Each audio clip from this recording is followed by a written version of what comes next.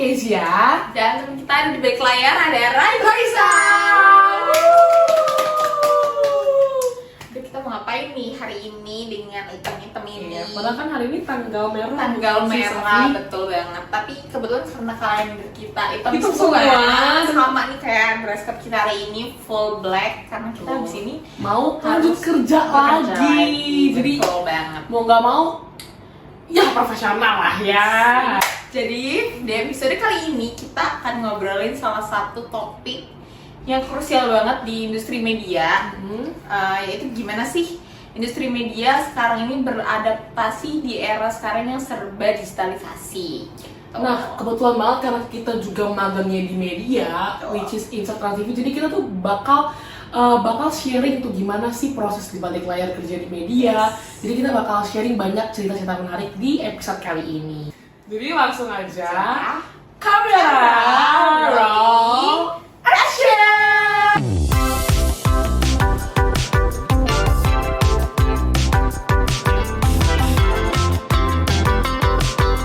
Nah, ngomong-ngomong soal industri media, sekarang tuh kondisinya masih serba cepet. Jadi dominan ada sekarang tuh di media sosial. Ya nggak sih? Karena sekarang banyak banget, beragam banget media sosial dengan berbagai bentuknya. Itu juga memudahkan banget nih untuk kita mendapatkan informasi. Jadi aksesnya tuh lebih mudah, lebih gampang untuk dapat infonya gitu. Tapi sebenarnya kalau kita flashback ke beberapa tahun lalu ya, media tuh masih konvensional, identik banget sama TV, radio, bahkan media cetak kayak kalau radio sampai sekarang sih masih ada ya. TV, radio tuh masih unggul, cuman masih lebih unggul lagi sih media sosial ini gitu. Benar, apalagi kalau inget-inget zaman dulu, zaman kita kecil tuh, kita demi nonton serial kartun yang pengen banget kita tonton tuh kita rela bangun subuh-subuh sebelum berangkat sekolah sambil pakai seragam, disuapin mama makan nasi telur atau nasi nugget coba buat nonton kartun yang kita pengen. Atau misalnya kita juga pengen nonton berita infotainment atau hal-hal lain juga kita rela siapin waktu kita beberapa menit atau beberapa jam cuma untuk duduk di televisi untuk nonton tayangan yang kita mau. Nah, tapi sedangkan sekarang tuh semua orang udah beralih ke media sosial atau di media digital, yang dimana sekarang tuh semuanya serba cepet, serba instan gitu. Yes. Tapi perubahan ini tuh bukan cuman ada di platformnya aja, Betul. karena pola konsumsi masyarakatnya juga nih, karena mungkin sekarang semua orang sibuk, tapi tetap butuh informasi juga, butuh update. Jadi media sosial ini ngebantu banget untuk mereka yang lagi di transportasi umum mungkin, bisa akses info lewat handphone, lagi antri makanan, lagi nunggu barang, lagi ngapain, apapun itu loh. Nah, perubahan ini tuh bukan cuma soal platform aja ya, tapi juga pola konsumsi masyarakatnya yang berubah. Karena ya sekarang maunya cepat, mengingat kesibukannya juga yang padat gitu kan. Jadi kalau lewat handphone, lewat smartphone ini kan bisa akses lagi di transportasi umum mungkin, atau lagi nunggu makanan, lagi break sebentar dari kerjaan, itu bisa banget kan untuk dapat info secepat kilat. Nah, karena apalagi kita kan sekarang udah kayak nggak bisa nih hidup tanpa gadget. Yes, nah kalau di media sosial sendiri kan itu bisa langsung kita komen kan. Betul. Beda kalau kita nonton TV. Kalau nonton TV mungkin kita cuma bisa nonton kayak oke, beritanya ini, kita cuma bisa terima. Tapi kalau lewat media sosial mungkin kita bisa langsung komen, jadi komunikasinya bisa dua arah gitu. Dan bahkan tuh sekarang juga di media, ya contohnya kayak teman-teman kita sekarang tuh udah mereka tuh bahkan udah punya kayak media sosial pribadinya sendiri, YouTube channelnya sendiri, bahkan juga ada beberapa media yang udah bikin podcast kayak kita sekarang ini. Betul banget. Kalau kita kembangin kita nih ya, kebetulan ini udah cukup adaptif ya menurut aku dari program insert yang cuma sekedar infotainment, tapi sekarang udah adaptasi. Dia punya namanya Insert Live, itu media digitalnya, platform digitalnya ada di channel-channel media sosial lain, ada Instagram, TikTok, YouTube, bahkan dia punya website sendiri. Dan di website itu menurut aku insightful banget karena ada banyak programnya juga, ada iTalk, itu kayak podcast kita gini, jadi nanti ada host dari Insert sendiri sama dia undang, ada narasumbernya dari selebriti atau public figure. Terus juga ada yang aku lihat itu ada e-daily, itu kayak semacam vlog daily vlog kayak keseharian kegiatan dari selebriti gitu. Jadi kita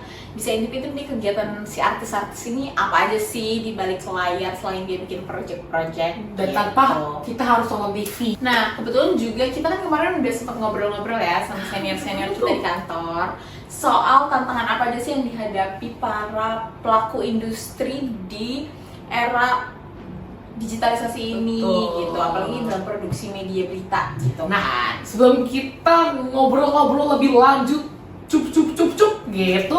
Jadi kita lihat dulu nih tayangannya seperti apa. Serang! Tantangan yang dihadapi di era digital, aku nggak ngerasa ada tantangan sih, karena fokus kerjaan aku sekarang juga emang lebih ke televisi. Jadi gimana caranya proporsi gambar sama jawaban narasumber tuh bisa tercapture dengan baik untuk tayangan televisi. Tapi ya menurut aku kehadiran media digital ini lebih banyak membantu, lebih banyak jadi solusi untuk keberlangsungan berita, hiburan, atau entertainment di Indonesia. Tantangan terbesar ya mungkin kecepatan kali ya. Kalau sosial media, orang lagi di mana aja kayaknya pasti megang handphone. Jadi megang handphone, buka sosmed, itu udah bisa dapat informasi yang dia mau, yang dia butuhkan, yang dia suka.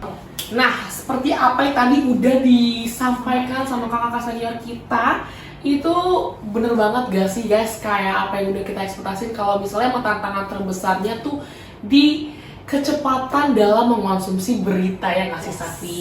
Betul banget. Tapi selain kecepatan, menurut aku juga yang jadi tantangan terbesar tuh ada di akurasi. Karena di satu sisi tim produksi ini tuh kan dituntut untuk update cepat gitu kan Betul. sama berita-berita selebriti kita ini, karena berita Indonesia ini kan sangat-sangat Banyak. yes.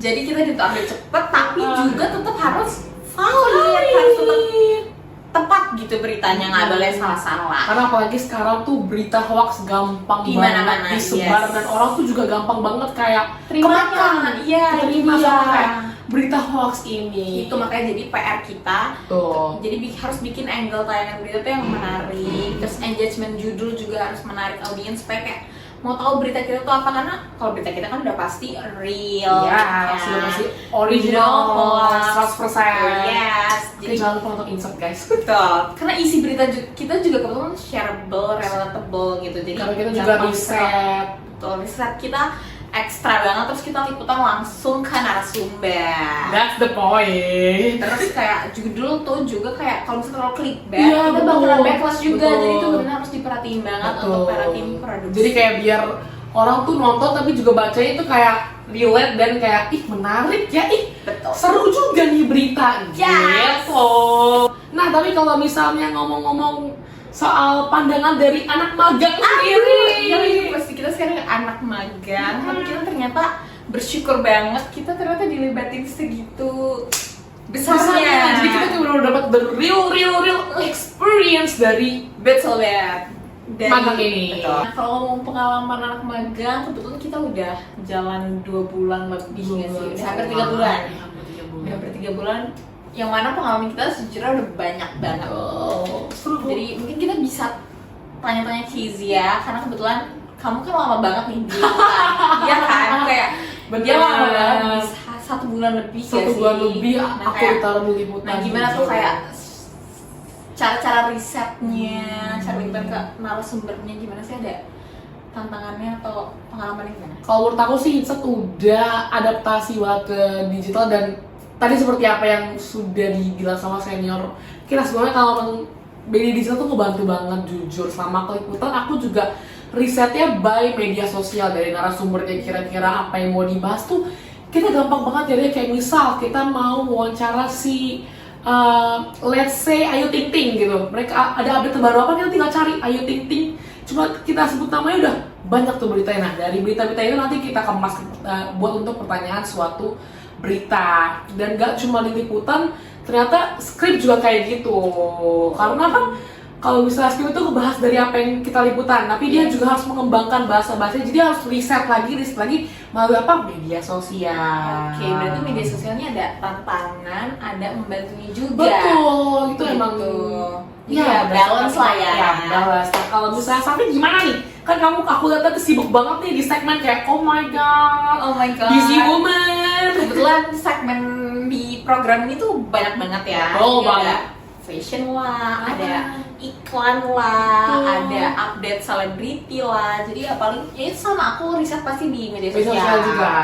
Yes, benar banget. Apalagi tentang fashion itu kan biasa tokoh yang kita mainin. Jadi tokohnya soal misalnya public figure A, fashionnya dia tuh tipenya kayak gimana tuh kita riset. Nanti kita kasih ke hostnya.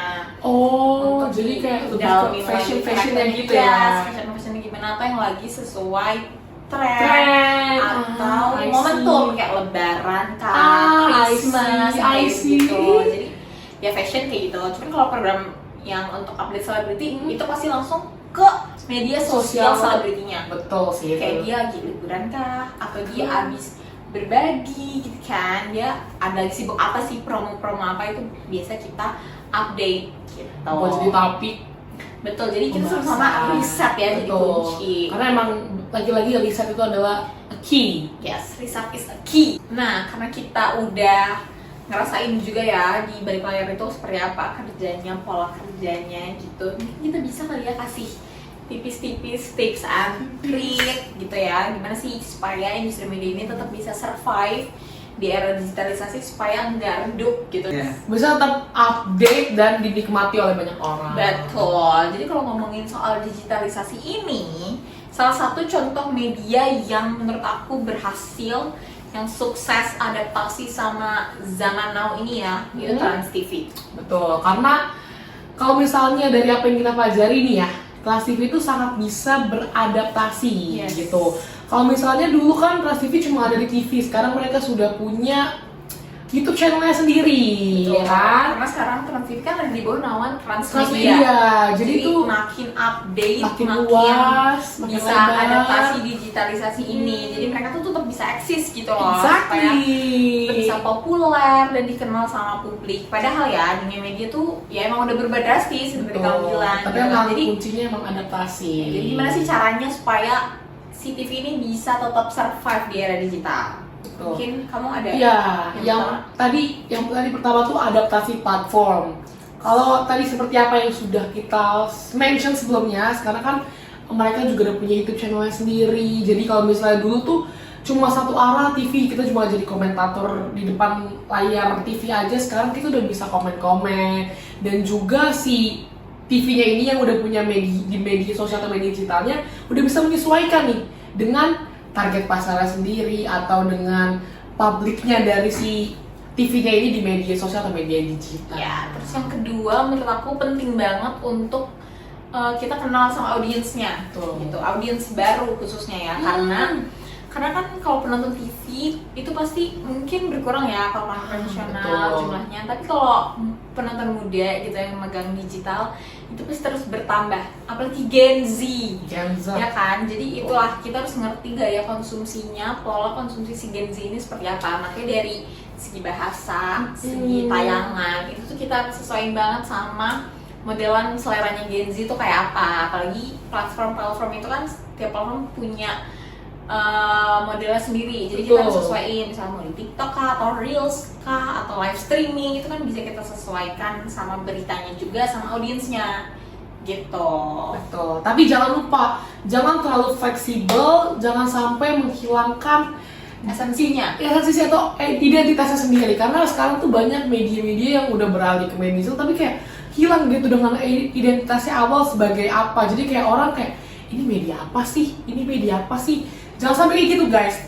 Jadi kita harus beralih ke media digital tapi tetap harus stay dengan identitas kita sendiri. Jadi orang kalau bisa nonton atau bisa lihat, oh mereka tahu ini tayangannya Trans TV banget, dari kemasan beritanya, dari gimana pembawaan beritanya yang misalnya ringan, atau berita-berita yang dikasih juga. Kalau misalnya Trans TV atau Insert itu kan sangat pekat atau sangat tebal kaitannya dengan kayak fashion atau dengan lifestyle. Jadi gitu, tetap dijaga identitasnya. Keep Betul. Jadi ini namanya adaptasi ya guys, bukan kita jadi ganti identitas. Betul. Gitu. Akhirnya juga menurut aku tipsnya itu juga kita harus kolaborasi.